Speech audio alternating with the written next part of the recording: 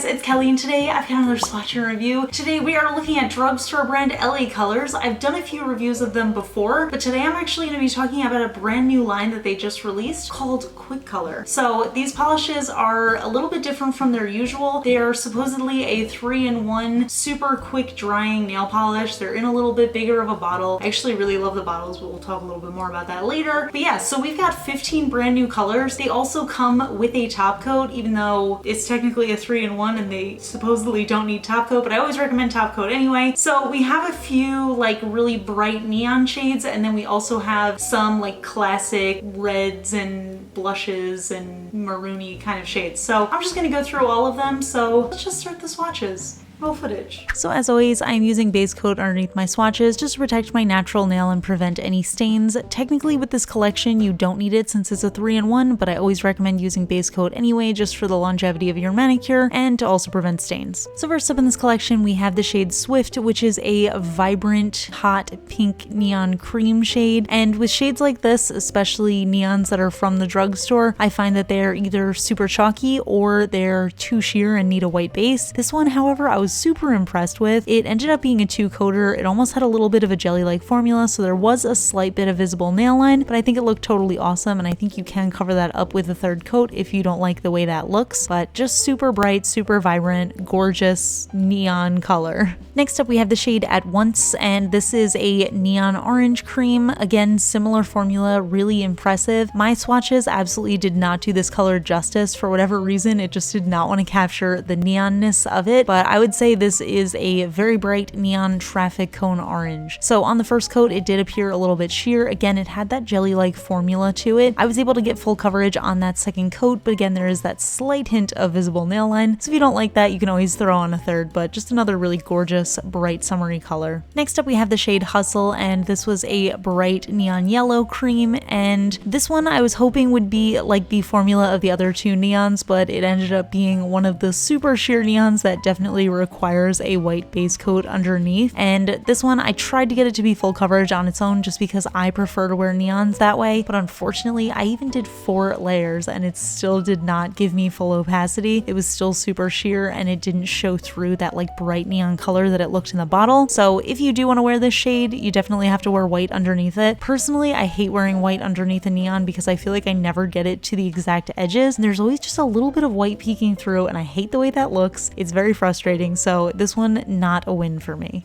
Next up, we have the shade Snappy, and this is just a really vibrant turquoisey cream, sort of the Tiffany blue shade, and this one started off actually being really sheer. This was where we kind of got into the more cream type shades rather than the neons, and I was totally expecting this one to give me better coverage. It ended up being a 3-coater, and even then I feel like it probably could have used a 4th coat, but I really did not want to do that. I did end up getting full coverage, but I do have short nails, so I feel like for a lot of people this is going to end up being a 4-coater. So this one was another one that ended up kind of disappointing me. And as you can see, it didn't really self-level. I'll get a little bit more into that with some of the other shades. Next up, we have the shade Moment, and this one actually ended up being one of my favorites. It's like a soft blue that has a silver and pinky shimmer running throughout it. I am not a Disney person, but this was totally giving me like almost brighter version of Cinderella vibes. I don't know, I could be very wrong. But anyway, this one did end up being a 3-coater, but I thought it was absolutely gorgeous and worth doing those 3 coats. I think it looked so beautiful on. I love that color, and I think you could probably even get away with using this as a topper over a similar base color if you want to kind of conserve it. But yeah, overall, just a stunning color. I love that shimmer running throughout. I think it's such a fun shade. Again, it didn't really self-level, but I always recommend using top coat anyway. Next up, we have the shade Impatient, which is a really vibrant fuchsia kind of orchid cream shade that has just a touch of that vibrant similar color shimmer running throughout it. This is actually what I'm wearing in the intro and outro of this video, and I also wore it in a few other reviews, and you guys seem obsessed with it, and so do I, because this is absolutely my favorite out of the entire collection. I think it's so beautiful. I love how bright and vibrant that color is, and the formula was so fantastic on this one.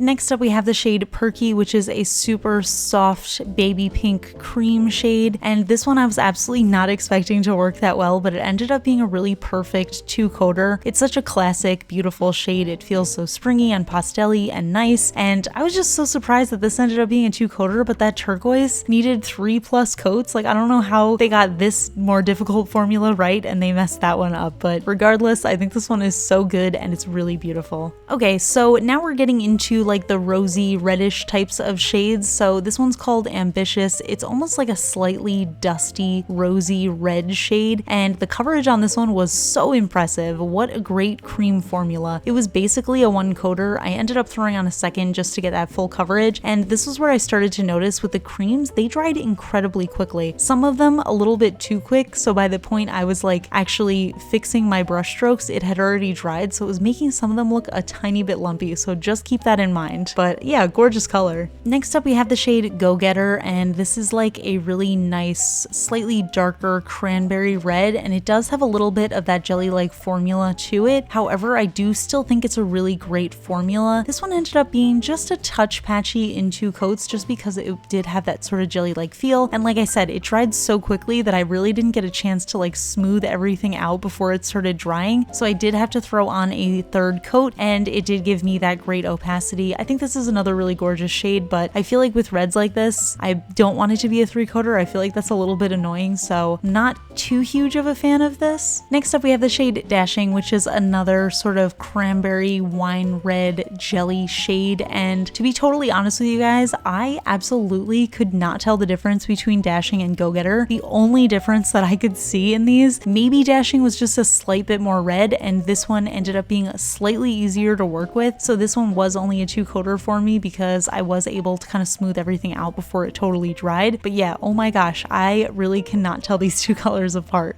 Next up we have the shade Fireball, which is yet another red cream. This one is more of like a bright cherry red kind of classic red cream shade, and this one did have a little slight bit of that jelly-like feel to it, but it was definitely more of a cream shade than the other reds in this collection. I actually found that to be kind of impressive because I feel like most red shades tend to have that jelly-like formula, so this one was pretty opaque and it looked really good. Next up we have the shade Hyper, which is the final red of the collection, and this one is an even brighter, almost like orangey, pinky tinged kind of red, and this one has a really intense, vibrant shimmer running throughout it. The opacity on this one was absolutely fantastic. It was basically a one coater. I ended up throwing on a second just to show you guys, but this was probably my favorite red out of all of them. It just looked so beautiful and vibrant and bright and summery, and it just made me really excited for warm weather. Next up we have the shade Eager, which is a bronzy metallic shade, and wow, this one was absolutely amazing formula. It was a 100% a one coater. This is going to be amazing for nail art, for stamping, for anything. It dried pretty much instantly. You could definitely see some streakiness from the brush strokes, but I feel like this is definitely going to be the perfect nail art metallic shade.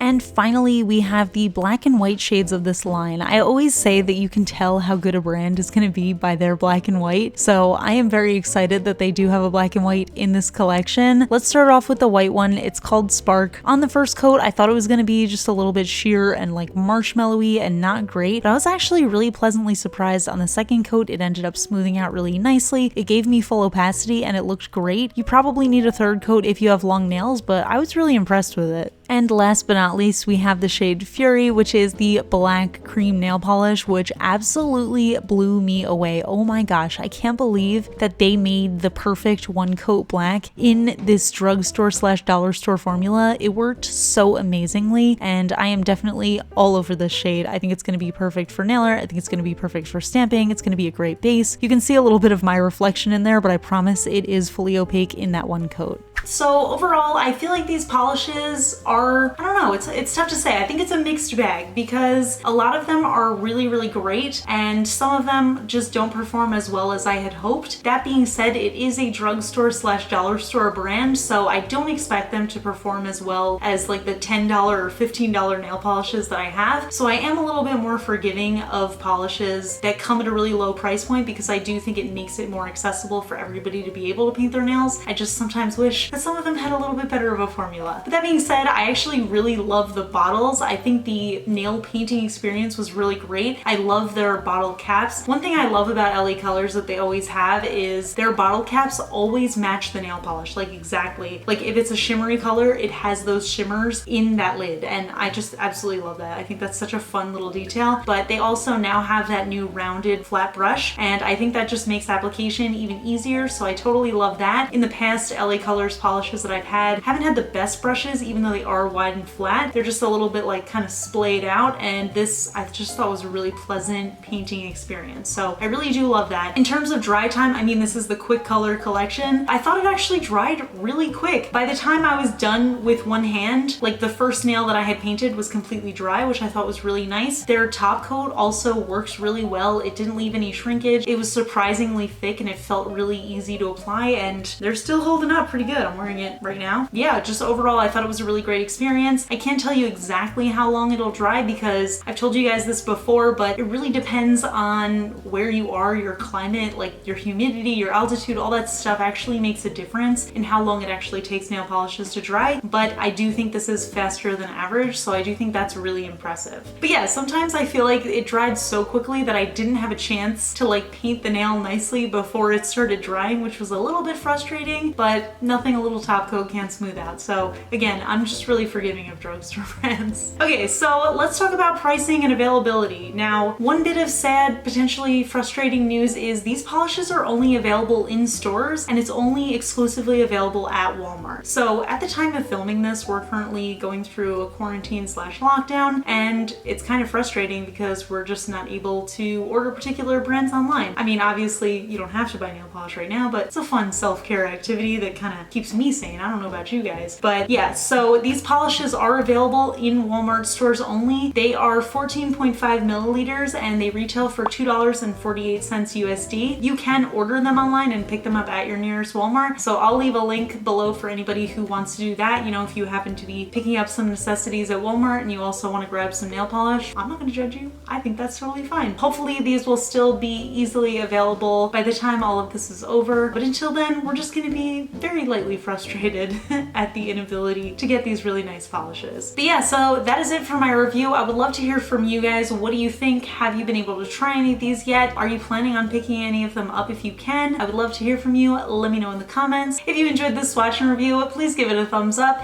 And if you're not already subscribed to my channel, please consider subscribing. I do new videos every Tuesday, Friday, and Sunday. But yeah, that is it. So I'll talk to you guys later. Bye. All right, fun fact. I've been thinking about this a lot lately. If I had any superpower, I think I would pick flight. This was not an easy decision for me because this is something I really had to take into consideration because teleportation is a really convenient option, and that was where my mind first went to. I know I'm kind of taking this too far, but hear me out here. Teleportation, as a person with severe anxiety, specifically about traveling, I feel like that would make my life so much easier. However, I really wanted to take into account if you fly, first of all, no really traffic. I mean, there's other birds and stuff, but you don't really have to worry about traffic. And two, it's kind of more of like a stress release kind of thing. Like if I just needed to like get some air, I would literally be going out and getting some air. So again, I thought way too much about this. I've just been sitting at home.